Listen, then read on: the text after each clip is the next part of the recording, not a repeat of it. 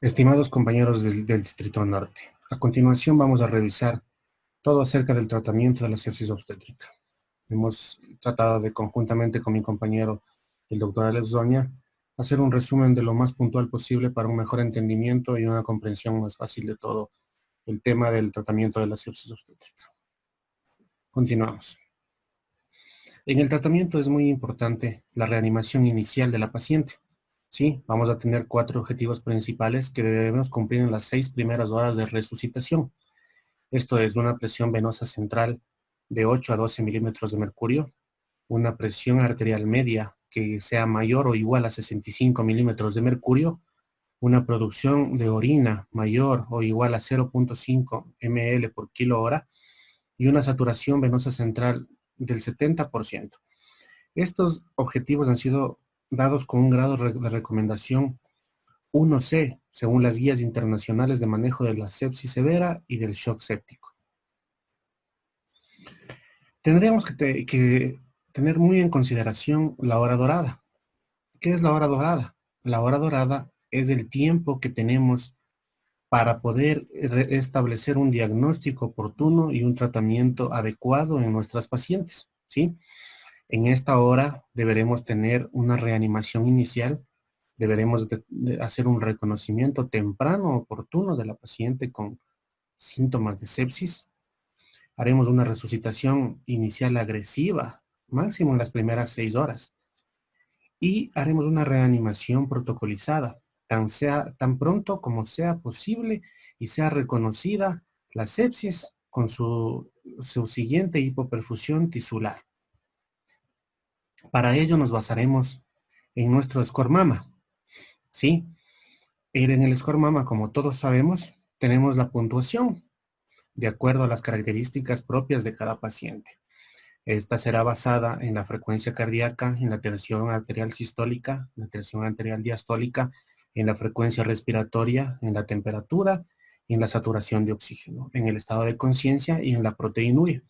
Como vemos en el cuadro, y todos ya conocemos este score, pues es un score indicado por el Ministerio de Salud Pública, en el que nos guía muy fácilmente cuando sospechemos de alguna paciente con alguna alteración de estos parámetros de los signos vitales, pues tendremos que alertarnos y tener mucha consideración, en especial en esas pacientes, como veremos más adelante con los puntajes.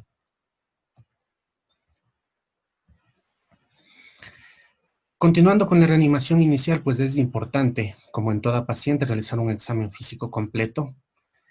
En la paciente gestante, muy importante ver la evaluación de la vitalidad fetal. Esto podríamos realizarlo con el Doppler fetal, o sea, con una campana, o también adicionalmente, si no disponemos del Doppler fetal, podemos utilizar la campana de Pinard. Adicionalmente, vamos a tener 2 accesos venosos con catéter 16 y catéter 18. Es muy importante además también mantener el oxígeno y la saturación adecuada en nuestra paciente, lo que lograremos colocando oxígeno suplementario con mascarilla a 10 litros o con cánula nasal a 4 litros. También deberemos valorar la ingesta y excreta de nuestra paciente, la función renal con la diuresis horaria. Para esto deberemos colocar una sonda vesical para poder cuantificar la producción de orina en nuestra paciente. Además, y sin olvidarnos, es muy importante mantener la temperatura corporal de nuestra paciente, ¿sí? A veces nos olvidamos de la parte de la temperatura de nuestra paciente, pues y no tomamos mucho en consideración esta parte. En cuanto a las pruebas de laboratorio que solicitaremos biometría hemática, una química sanguínea, tiempos de coagulación, grupo sanguíneo, factor LH. Adicionalmente deberemos ver cómo está la perfusión tisular en nuestra paciente y esto lo haremos con el lactato sérico. Veremos una velocidad de sedimentación globular y proteína C reactiva. Recordemos que en la sepsis en nuestros pacientes se produce una disfunción orgánica, multiorgánica. Para ello deberemos tener mucho en cuenta cómo está la función renal, cómo está la función hepática. Haremos pruebas de glicemia. Recordemos también que en la parte de la fisiopatología, Alex nos explicaba cómo en la sepsis era un estado protrombótico, adicionalmente del estado propio de las gestantes. Por lo tanto, deberemos también ver cómo está el fibrinógeno. Haremos cultivos para aerobios, para anaerobios, como veremos más adelante, siempre si hay la posibilidad previo a la administración de antibióticos. Realizaremos muy fundamental una gasometría arterial en la que veremos cómo está el pH de nuestra paciente, veremos cómo está la oxigenación, cómo está el exceso de base, cómo se encuentran los electrolitos. Adicionalmente solicitaremos cultivo de nasofaringe, secreción vaginal. No olvidemos también hacer una protección gástrica. Y como habíamos explicado, siempre antes de iniciar los antibióticos, tomar por lo menos 2 cultivos. Siempre y cuando sea posible, en el caso de que no tengamos la posibilidad de tener los frascos para las muestras de cultivos, no será esto un pretexto para esperar iniciar la antibiótico terapia empírica, ¿sí? Idealmente tomar los cultivos, pero si es que no disponemos, igual iniciaremos la terapia antibiótica empírica con nuestra paciente, como haremos adelante con algunos esquemas que tenemos a nuestra disponibilidad. Y por último, también solicitaremos exámenes de imagen en el caso de que sospechemos o para descartar también cualquier fuente de infección, ¿sí? Todo esto nos da un grado de recomendación 1C, ¿sí? En cuanto al tratamiento antibiótico, haremos administración de antibióticos intravenosos que sean de amplio espectro y que actúen contra aerobios como anaerobios. Esto dentro de la primera hora después de que tengamos ya el reconocimiento del choque séptico. Recordemos, en la hora dorada. Es muy importante la hora dorada porque en este tiempo podremos reducir la mortalidad de nuestras pacientes. Esto tiene un grado de recomendación 1B. En cuanto al tratamiento, iniciaremos un tratamiento empírico combinado, ¿sí? En infecciones severas también podemos utilizar una politerapia con 3 antimicrobianos. Estos pueden ser un beta-lactámico, puede ser un aminoglucósido, especialmente para atacar a la pseudomonas aeruginosa. Esto tiene un grado de recomendación 2B según todas las guías internacionales que hemos revisado. En cuanto a los antimicrobianos, ¿sí? Haremos la administración intravenosa en la primera hora de que reconozcamos el shock séptico, ¿sí? Hacemos hincapié en esto porque es fundamental no olvidarnos de que dentro de la primera hora que reconozcamos a nuestra paciente, deberemos administrar los antibióticos de forma empírica intravenosa, ¿sí? Los esquemas que ya veremos adelante. Esto, como habíamos dicho, contra todos los patógenos que nosotros estemos sospechando, sean bacterias, sean fúngicas, sean virales. Y tenemos que tener en cuenta que deben ser antimicrobianos que entren en concentraciones adecuadas en los tejidos de la paciente, en donde se presume está la fuente de la sepsis, ¿sí? Todo esto tiene un grado de recomendación y evidencia 1B.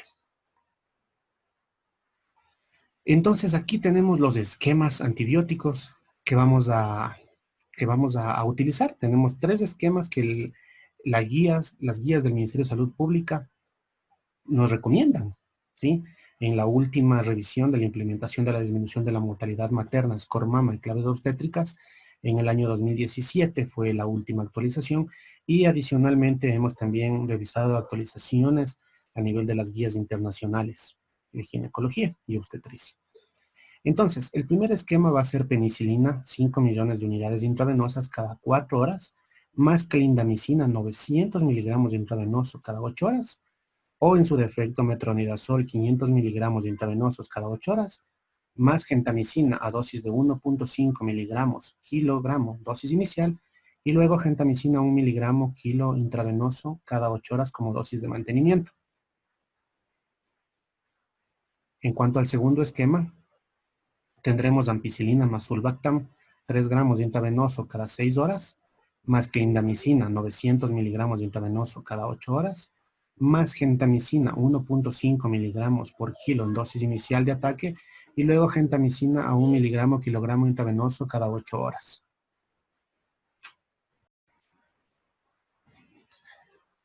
En cuanto al tercer esquema antibiótico,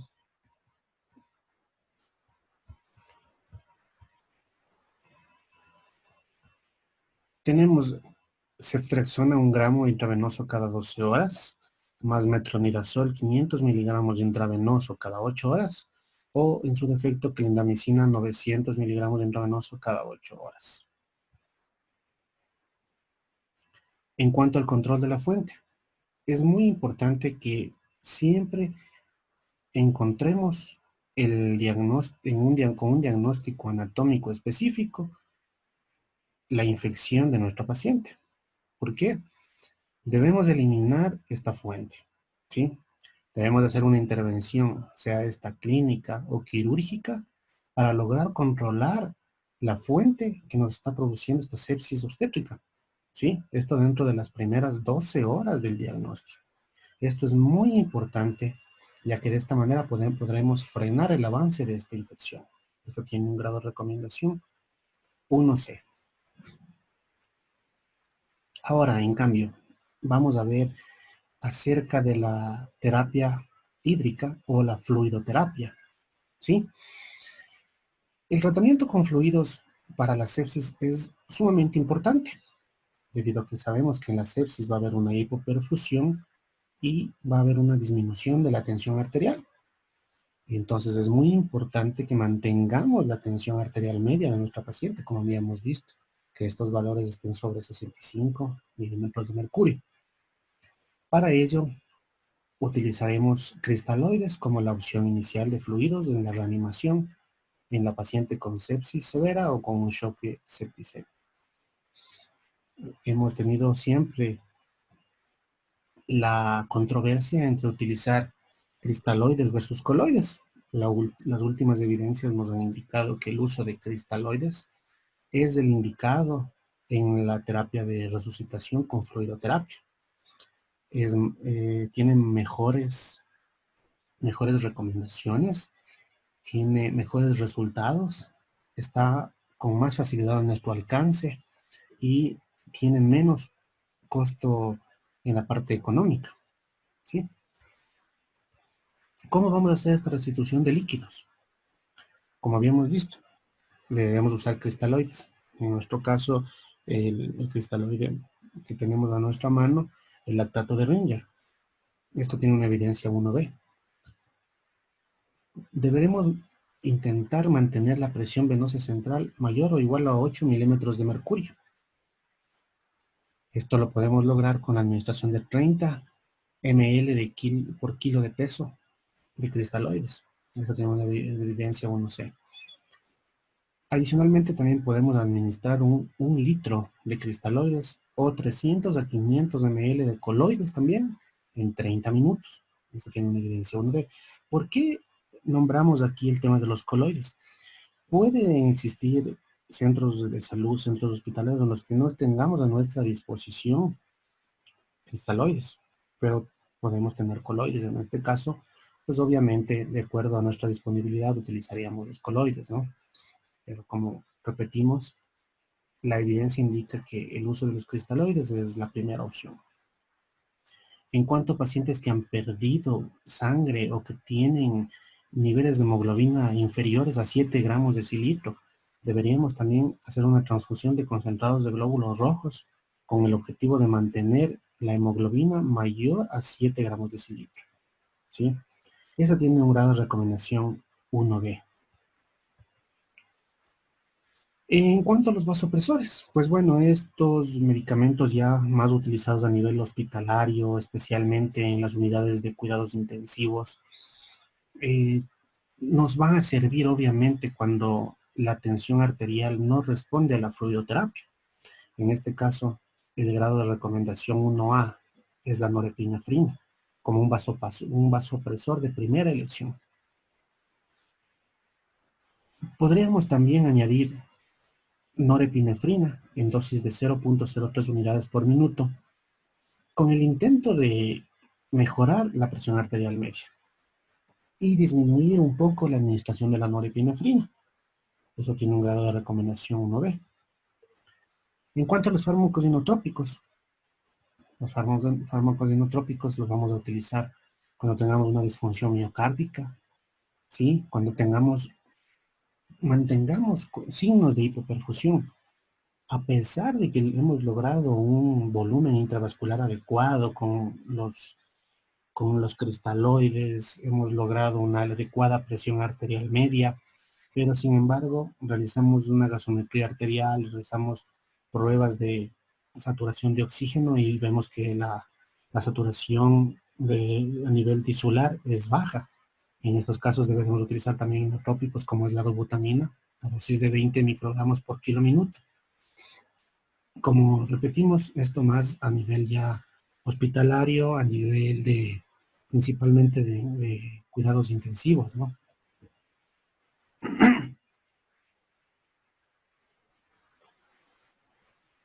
Recordemos también que es muy importante el tema de los trombos en nuestra paciente. Debemos recordar que en los cambios fisiológicos propios del embarazo, vemos que la paciente gestante tiene un estado protrombótico propio del embarazo. Y si a esto adicionamos un diagnóstico de una sepsis, pues vamos a ver que esto se va a exacerbar mucho más. En estos pacientes deberemos utilizar heparina subcutánea de bajo peso molecular, como es la enoxaparina, en dosis de 1 miligramo por kilo de peso de cada paciente. Esto tiene un grado de recomendación 1B. Toda paciente que tenga sepsis grave deberá recibir prevención primaria para la tromboembolia venosa. Ahora, todos hemos escuchado hablar de la clave amarilla, ¿sí? Bueno, el Ministerio de Salud Pública del Ecuador, conjuntamente con todos los grupos colaboradores, realizaron el tema de las claves obstétricas, ¿sí? Para las emergencias obstétricas. En nuestro caso, nos cabe mencionar la clave amarilla, está directamente relacionada a la sepsis materna, sepsis obstétrica, ¿sí? En este caso, pues, revisaremos un poco acerca de qué incluye la clave, cómo la activamos, cómo la vamos a desarrollar, ¿sí? Bueno, principalmente la clave amarilla va a tener 3 objetivos. El primero va a ser identificar oportunamente a la mujer que esté, sea en embarazo, en el parto o en el puerperio, y que tenga riesgos de complicaciones maternas, ¿sí? El objetivo número 2 va a ser tener un manejo oportuno para disminuir la mortalidad de estas pacientes, ¿sí? ¿Cómo vamos a hacer esto? Con el objetivo número 3. Vamos a tener una respuesta inmediata a la paciente. Vamos a hacer una estabilización pronta y adecuada y hacer una referencia a un centro de mayor complejidad en el caso de que en nuestro medio no podamos resolverlo, ¿sí? Todo esto se concatena un objetivo con el otro para lograr el objetivo final, que va a ser disminuir la mortalidad, la morbimortalidad materna en la sepsis obstétrica. Como vemos aquí, primero, identificación oportuna de la paciente, un diagnóstico claro, un diagnóstico rápido, preciso. Para ello nos basaremos también con el score mama, ¿sí? En el cual nos va a dar un puntaje de morbilidad en la madre. Una atención de calidad, un diagnóstico rápido, un tratamiento oportuno y una derivación, una transferencia oportuna. Mejorar la atención, ¿sí? En la clave amarilla, pues tendremos que tener el kit hospitalario adecuado, ¿sí? El kit de primer nivel. Deberemos mejorar también los trámites en la cuestión de la emergencia, con la cadena de llamadas, comunicación con el jefe del servicio, con los distritos, con los distintos hospitales en los que vamos a tener una oportuna transferencia y recepción de la paciente, ¿sí? Como vamos a ver más adelante puntualmente cada caso de estos. Adicionalmente deberemos contar con un checklist de nuestro kit de clave amarilla, en el que deberemos constatar que se encuentran todos los medicamentos, los dispositivos médicos adecuados, obviamente también el personal profesional de talento humano y todas las actividades que deberíamos realizar. En este cuadro vamos a observar el puntaje en el score mama, Hemos sacado la parte de un score, un puntaje de 2 a 5 y un puntaje mayor a 5, ¿sí? En el puntaje de 2 a 5 podemos evidenciar que tendremos primero que hacer un diagnóstico primario, ¿sí? Nos basaremos en las guías de práctica clínica del Ministerio de Salud. Segundo punto, deberemos comunicar inmediatamente al médico tratante, el mismo que deberá evaluar a la paciente en un máximo de 30 minutos. Si este puntaje se mantiene elevado, ¿sí? Deberemos comenzar a tener en cuenta los factores de riesgo. Valoraremos el bienestar fetal materno y estaremos ya pensando y comenzar a hacer todos los papeles para hacer una referencia a un nivel superior, dependiendo de cada capacidad resolutiva de cada centro de atención médica. Posteriormente haremos la transferencia de la paciente. Ella siempre deberá ir acudida con un profesional de salud, ¿sí? A nivel superior. Y haremos la activación de cadena de llamadas que habíamos dicho, ¿no? Comunicar al director de la unidad, este a su vez comunicará al director del distrito y este a su vez comunicará al hospital en el que nos van a recibir a nuestra paciente. En el caso de que los puntajes reviertan, pues obviamente tendremos otro manejo un poco más propio en el centro de salud en donde estaremos atendiendo. Bueno, como primer punto, haremos control de signos vitales y score mama cada hora. Realizaremos pruebas de bienestar fetal, realizaremos biometría, tiempos de coagulación, función hepática, función renal, proteinuria. Ya alistaremos y ejecutaremos el código amarillo, ¿sí?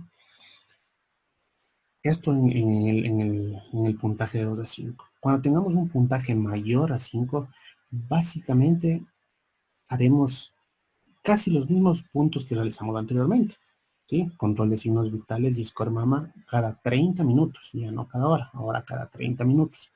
Pruebas de bienestar fetal, exámenes de biometría, tiempos de coagulación, función hepática, renal, y ejecutaremos el código, ¿sí?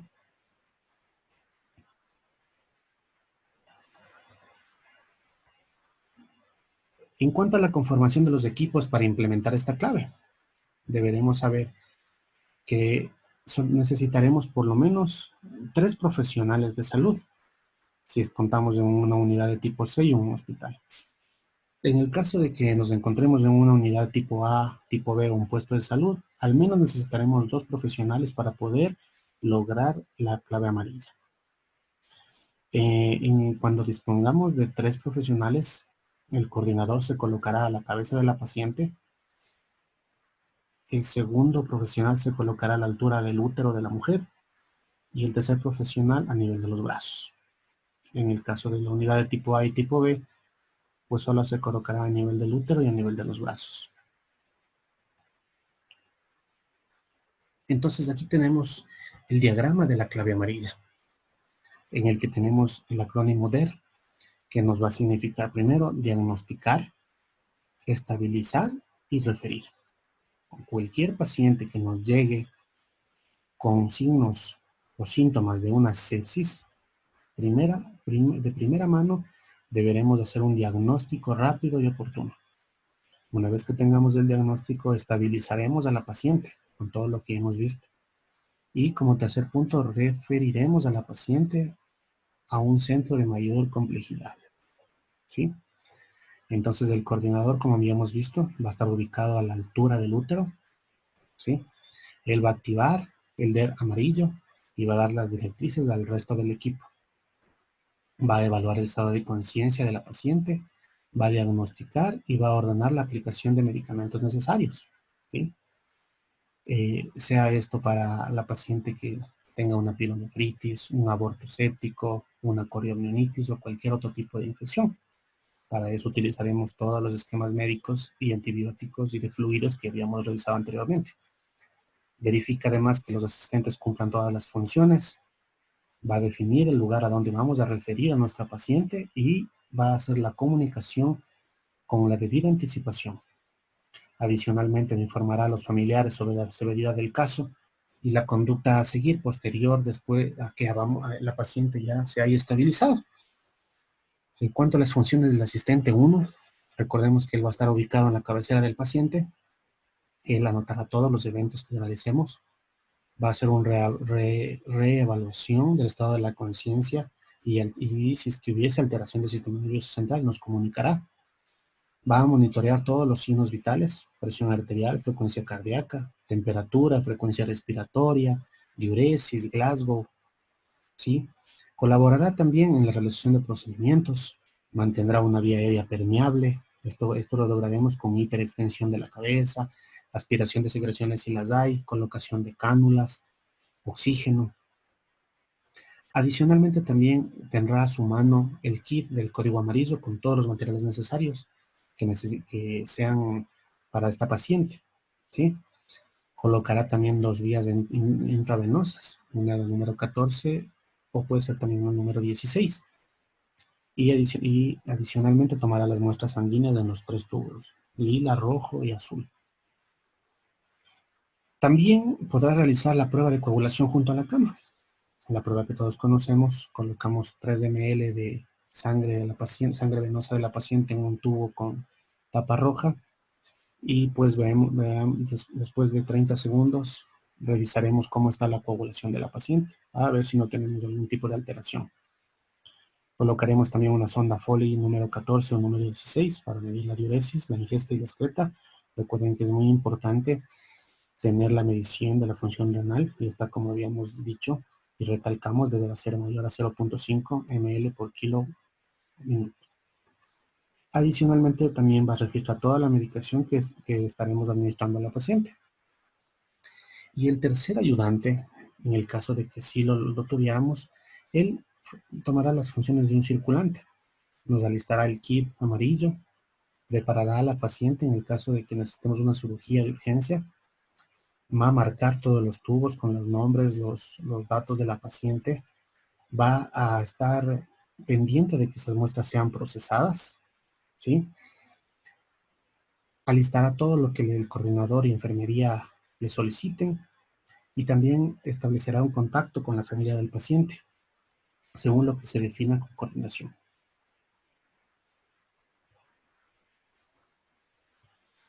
¿Qué nomás debemos tener en nuestro kit de clave amarilla?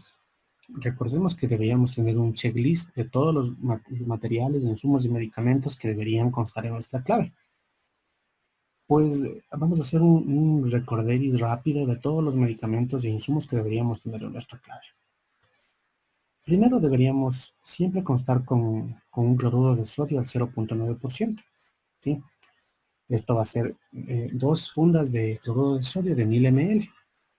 Vamos a tener un equipo de venoclisis, microgotero, catéter intravenoso periférico número 14 y número 16, guantes quirúrgicos 4 unidades, una sonda Foley número 16, una número 14, jeringuillas de 10 y 5 centímetros, por lo menos 4 unidades, mascarillas de oxígeno, un tensiómetro, un esparadrapo, un tubo tapa roja, un tubo tapa lila, un tubo tapa azul. Pedidos de sangre, pedidos de laboratorio. En cuanto a los medicamentos, necesitaremos ampicilina de 1 gramo, 2 ampollas, gentamicina de 160 miligramos de la misma manera 2, una ampolla de ceftriaxona de 1 gramo, 2 ampollas de clindamicina de 600 miligramos, una ampolla de metronidazol, 4 ampollas de oxitocina de 10 unidades, una ampolla de rentina de 50 miligramos, un frasco de paracetamol de 500 miligramos y un frasco de furosemida de 20 miligramos.